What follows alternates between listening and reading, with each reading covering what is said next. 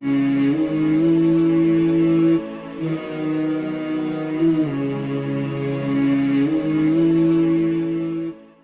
و نصلی علی رسولہ الکریم۔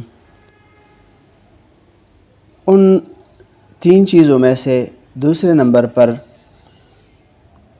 ذکر کا مجلس ہے، یعنی جس آدمی کا دل مجلس ذکر میں آمادہ ہو اور وہاں پر دل لگتا ہو، مطمئن ہو، تو سمجھ لے کہ اس انسان کا دل زندہ ہے، ورنہ وہ دل مردہ ہے۔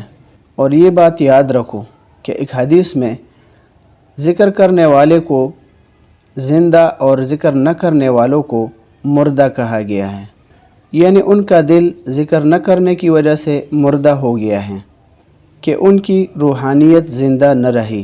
عن ابی موسیٰ الاشعری رضی اللہ عنہ قال قال رسول اللہ صلی اللہ علیہ وآلہ وسلم مثل الذی یذکر ربہ والذی لا یذکر مثل الحی والمیت۔ بخاری اور مسلم کی روایت ہیں۔ روح کی تازگی اور بقائے حیات کے لیے ذکر زندگی کے مانند ہے اور غذا کے مانند ہے، ورنہ ایسے دل کا شمار مردوں میں ہوتا ہے۔ قرآن مجید میں دل کے غذا کو اور دل کے سکون کو ذکر کو بتایا گیا ہے۔ بسم اللہ الرحمن الرحیم، الا بذکر اللہ تطمئن القلوب۔ صاحبی تفسیر مظہری قاضی ثناء اللہ پانی پتی رحمۃ اللہ علیہ نے فرمایا ہے، ذکر سے مراد قرآن اور سکون سے مراد ایمان ہے، کیونکہ ایمان دلوں کا ذریعہ سکون ہے اور نفاق دلوں کی بے چینی کا سبب ہے۔ اللہ کی یاد سے شیطانی وساوس دور ہوتے ہیں جو انسان کے لیے پریشانی کے باعث ہیں۔ ایک جگہ پر اللہ رب العزت نے ذکر کرنے والوں کو یہ خوشخبری دی ہے کہ جو مجھے یاد کرتا ہے میں اسے یاد کرتا ہوں۔ بسم اللہ الرحمن الرحیم، فاذکرونی اذکرکم۔ بندہ اگر چاہے کہ اس کا تذکرہ اللہ کے یہاں ہو تو اس کو چاہیے کہ وہ اللہ تعالیٰ کے احکامات کو بجا لائے کہ اس وقت میرا اللہ مجھ سے کیا چاہ رہا ہے۔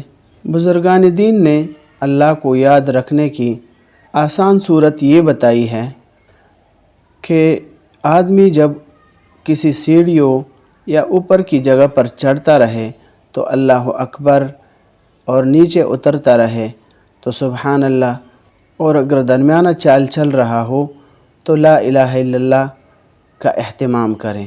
رسول اللہ صلی اللہ علیہ وآلہ وسلم کا ارشاد گرامی ہے کہ ہر آدمی کے دل میں دو کوٹریاں ہیں، ایک میں فرشتہ اور دوسرے میں شیطان رہتا ہے۔